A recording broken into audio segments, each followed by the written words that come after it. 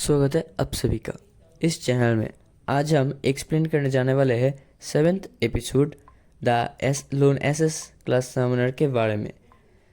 तो आज के एपिसोड के शुरुआत में हम देखते हैं यहाँ पे रात का सीन है। यहाँ पे जेंगजी बैठा हुआ है उसके घर के बाहर। वो कहता है कि मुझे जल्दी से इन सभी चीज़ों को जो ऑब्स कलेक्ट किए हैं उनको सेल करने के लिए डाल देना चाहिए ट्रेड पे। फिर हम देखते हैं उसने 61 low rank magic soul orbs और 25 medium rank magic soul orbs को सेल करने के लिए दिया हुआ है।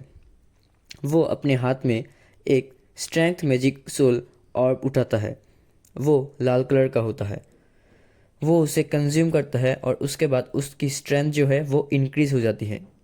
वो कहता है मेरे गाइड के अनुसार मैं अगर डिमोन्स्ट्रेटर में पावरफुल हुआ तो रियल लाइफ में भी मैं मतलब रियल वर्ल्ड में भी मैं पावरफुल हो जाऊंगा। तो कल स्कूल जाके मैं टेस्ट करूंगा कि कितना पावरफुल हुआ। फिर हमें सुबह का सीन दिखाया जाता है।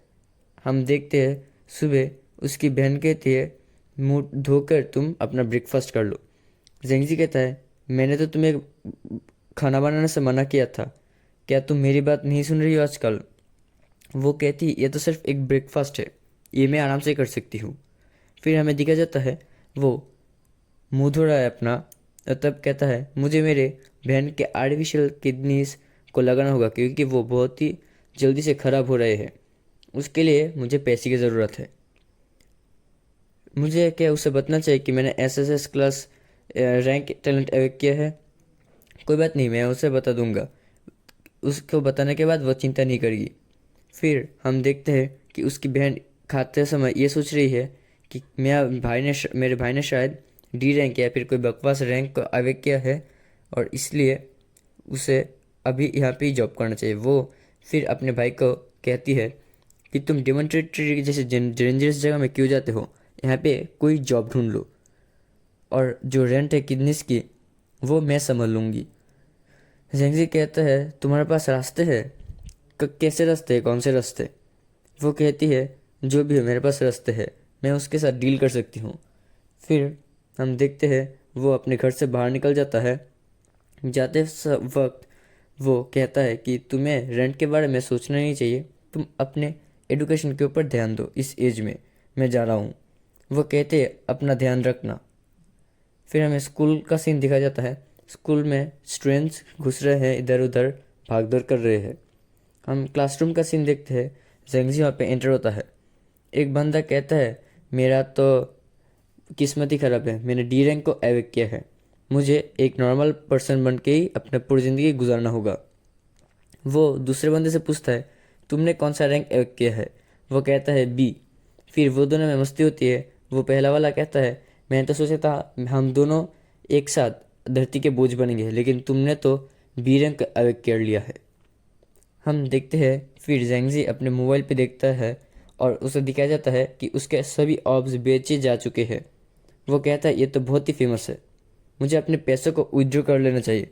उसके बाद मैं डिमेट्रियम में जाके बाकी का भी कलेक्ट कर लूँगा, बाकी जो ऑब्स है। हमें देखते हैं उसके पास 1,98,000 रुपीज़ या फिर वहाँ के जो करेंसी है ऐसे पैसे आ गए हैं। वो कहता है ये सफिशिएंट है मेरे बहन की किडनी के इलाज के लिए। फिर हम देखते हैं उनके क्लास में कोई एक टीचर आता है। वो कहते हैं कि आप यहाँ पर सभी लोग हैं। फिर हम देखते हैं ल्यू हुई यूंग को, मतलब ल्यू को। वो भी यहाँ पे आई हुई है फॉर्मल ड्रेस में, मतलब नॉर्मल ड्रेस में है यहाँ पे। फिर जो कुछ बच्चे होते हैं ना क्लास में, तो वैसे ही कुछ बच्चे, एक कहता है वो यहाँ पे ज़्यादा खूबसूरत नहीं लग रही, वो डिमोन्स्ट्रेटरी में ज़्यादा खूबसूरत लगती है। दूसरा कहता है मैं ये जान के हैरान हो जाऊँगा अगर मिसेस की कोई बॉयफ्रेंड ना हो, तो मैं यहाँ पे ट्राई कर सकता हूँ। फिर उसके साथ वाला कहता है तुम्हारा तो सिर्फ टैलेंट डी का है, तुम्हारा तो कोई चांस भी नहीं बनता। हम देखते हैं टीचर जो है वो सभी को कहता है स्टूडेंट्स कल रात किसी ने एलाइट बॉस को फर्स्ट फ्लोर में एलाइट बॉस को भगा के ले गया था। ये जो इंसिडेंट है इस बारे में उन लोगों को वो बता रहा है और लियो योंग की हेल्प किया है। तो लियो यू यहाँ पे आई है उसको थैंक्स कहने के लिए। सभी स्टूडेंट में भगदड़ मच जाती है। कोई पूछता है कौन है ये, फिर दूसरा कहता है मुझे नहीं पता। इसी बीच जेंगजी भी सोचता है इस बारे में भूल जाना ही सही है, क्योंकि मुझे अपने आप को एक्सपोज नहीं करना है सबके सामने। फिर टीचर बाहर निकलते हैं लियू के साथ। वो कहता है वो बंदा शायद हमारे क्लास में से नहीं है। फिर लियू कहती है अगर आपको इस बारे में पता चले तो टीचर मुझे ज़रूर बताना। फिर वो टीचर कहते हैं ठीक है, आप क्लास में आ सकते हैं अगर आपको कोई ज़रूरत हो। हम क्लास का सीन देखते हैं। एक कहता है वो बहुत ही ब्रेव है और बहुत ही अच्छा है। दूसरा कहता है वो तो पागल था जो एलाइट बॉस को लेकर भाग गया, शायद उसे मरने की ज़्यादा जल्दी थी। फिर तीसरा बंदा कहता है ऑनेस्टली बताओ तो वो मैं था जिसने बॉस को भगाया। फिर उसके साथ वाला कहता है जी अगर किसी के पास थोड़ा भी दिमाग होगा ना तो वो ये पता लगा कि वो तुम नहीं हो, तुम तो नालायक हो। हम तभी देखते हैं नेक्स्ट सीन में जंगजी के पास कोई चश्मा वाला बंदा आता है। वो हंसता है और कहता है मुझे पता है कि कल किसने उसकी हेल्प की थी। जंगजी पूछता है अच्छा तो वो कौन है। फिर वो बंदा बताता है जब सभी लोग बॉस को देखकर यहाँ वहाँ भाग रहे थे तब मैं नहीं भागा। मैंने देखा कि एक बंदा था जो लौट के आया था और मैं उसका नाम भी याद कर सकता हूँ, उसका नाम था राक्षसा। तो उसने जेंगजी को ढूंढ लिया। फिर जेंगजी कहता है ऐसा भी तो हो सकता है ना कि वो डरने की वजह से गलती से वहाँ पर आ गया, वो कहीं और जाना चाहता था। फिर वो चश्मिश कहता है जो भी हो आज रात को हम डिमन टेरेटरी में जाने वाले हैं। अगर तुम चाहो तो मेरे साथ आ सकते हो, और भी दो लड़कियां हैं जो हमारी टीम में होगी। फिर जेंगजी कहता है नहीं नहीं मुझे कुछ काम है। फिर वो चश्मिश कहता है क्या ये तुम्हारी बहन के बारे में है, शायद तुम्हें मनी चाहिए होगा। फिर जेंगजी कहता है तुम्हें चिंता करने की ज़रूरत नहीं, मैं देख लूँगा। चश्मिश कहता है तुम्हें अगर डेमन टेरेटरी में ज़रूरत हो तो मुझे ढूंढ लेना अगर तुम्हें जाने का मन हो। मेरा नाम है हैंडसम फैटी।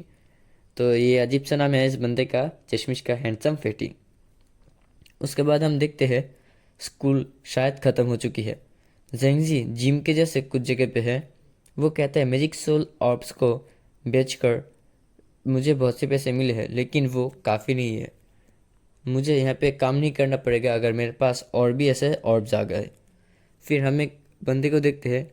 उसके साइड वाला एक कहता है वाह तुमने तो 507 kg का वेट उठाया है या फिर कुछ किया है, जो queen university martial arts academy को एनरोल होने के लिए 7 ज़्यादा है, मतलब 500 चाहिए उस एकेडमी में जाने के लिए। और ये वही एकेडमी है जहाँ से लियो आई है। उसके साइड वाला कहता है जैंग क्वीन तुम बहुत ही स्ट्रांग हो, तुम हमारे एकेडमी के 5th स्ट्रॉन्गेस्ट स्टूडेंट हो, तुम्हारे पास ए रैंक है और तुम्हारा फ्यूचर भी बहुत ही ब्राइट है। फिर वो कहता है ऐसा कुछ भी बात नहीं है, मुझसे भी पावरफुल बहुत लोग हैं। फिर वो कहता है वो चापलूसी जो कर रहा था, तुम बहुत ही अच्छे हो इसलिए तुम ऐसा कर रहे हो और तुम ही हो लियू के बाद के जनरेशन के सबसे स्ट्रॉन्गेस्ट। फिर वो कहता है तुम्हें मुझसे और उसको कंपेयर नहीं करना चाहिए, लियू यंग तो बहुत ही पावरफुल है और वो उस यूनिवर्सिटी की भी है, उसका क्लास एस रैंक है। फिर हम देखते हैं पोछा लगाते लगाते जेंगजी आ जाता है किसी एक बॉक्स की तरह है या फिर पंचिंग बैग के सामने। वो कहता है मुझे ट्राई करना चाहिए कि मैंने कितना स्ट्रांग हुआ हूँ। वो वहाँ पर एक ज़ोरदार पंच लगाता है। हम देखते हैं उसका स्कोर आता है 497 और वो कहते हैं वाओ मेरा तो बहुत पावर बढ़ गया है, मेरा कल था 390 और आज हो गया है 497, 107 से ज़्यादा मेरा बढ़ गया है। ये तो बहुत ही पावरफुल है, मुझे आज डेमोन्स्ट्रेटर में ज़रूर जाना चाहिए। उसके बाद उसी समय एक नोटिफिकेशन आता है भाई जल्दी से घर पे आ जाना, मैं अपने दोस्त के घर में रुकूंगी तो मुझे आने में देरी होगी, तुम अपना डिनर खुद ही कर लेना। फिर वो सोचता है मेरी ये पागल लड़की मेरे पीछे पीछे कर क्या रही है, मुझे उसे एक समय निकाल कर पूछना पड़ेगा। वो और हम देखते हैं वहाँ पे जो डेमोन्स्ट्रेटर है उसका सीन, उसके चारों तरफ पिलर्स होते हैं। जेंगजी वहाँ पे जाता है, सोचता है कि मेरे जो बाकी स्लॉट से साथ बाकी डेमन्स रखने के लिए उसे मुझे फुल करना पड़ेगा। हम उसके स्लॉट्स की तरफ देखते हैं, वहाँ पे सिर्फ 3 मॉन्स्टर्स होते हैं, बाकी पूरे खाली है।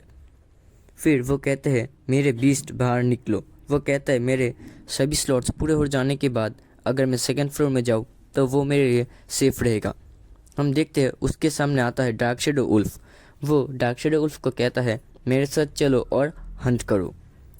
वो कहता है डार्क शेडो उल्फ के साथ मुझे बहुत से लावा टर्टल्स को भी मेरे टीम में शामिल करना पड़ेगा, जो बहुत ही अच्छा होगा। हम जंगल के बीच के जगह देखते हैं। वहाँ पे हम देखते हैं एक लावा टर्टल को। हम देखते हैं ज़ेंगजी उसके ऊपर तीर छोड़ता है और जो डार्क शेडो उल्फ है वो जंप कर देता है। लावा टर्टल वहीं पर ढेर हो जाता है। फिर वैसे ही वो लोग एक वायलेंट रेविट को भी ढेर कर देते हैं। 1 घंटे बाद का सीन हमें दिखाया जाता है।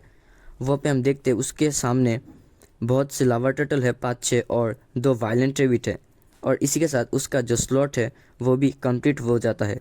वो कहता है अब भी फाइनली मैं अपने सेकंड फ्लोर में जाने के लिए तैयार हो गया हूँ। फिर वो एक आवाज़ सुनता है हमें बचाओ हमें बचाओ। वो उधर मुड़कर देखता है। हम देखते वो चश्मिश वाला बंदा और उसके साथ जो लड़कियाँ थी वो दौड़ के आ रहे हैं, जिनसे ज़ेंगजी को जाने के लिए कहा था उसकी टीम में। उनके पीछे हम 5-6 लोगों को देखते हैं और उसके पीछे एक पोर्टल। ज़ेंगजी कहते हैं हाँ ये कौन है, क्या ये वेंग वांग नहीं है? और इसी के साथ हमारा आज का ये चैप्टर यहीं पर ख़त्म हो जाता है। तो दोस्तों नेक्स्ट एपिसोड्स को देखने के लिए चैनल को सब्सक्राइब करें। अगर अच्छा लगे तो वीडियो को लाइक करें, बुरा लगे तो डिसलाइक भी कर सकते हैं। और जो भी लोग इन्हीं के मांगा स्पेशली जुजुत्सु काइसेन पढ़ने में इंटरेस्टेड है वो मेरे इंस्टाग्राम अकाउंट में चेकआउट कर सकते हैं। वहाँ मैं जुजुत्सु काइसेन 0 मूवी का हर एक जो मांगा है उसे मैंने अपलोड कर दिया है। तो थैंक्स फॉर वॉचिंग।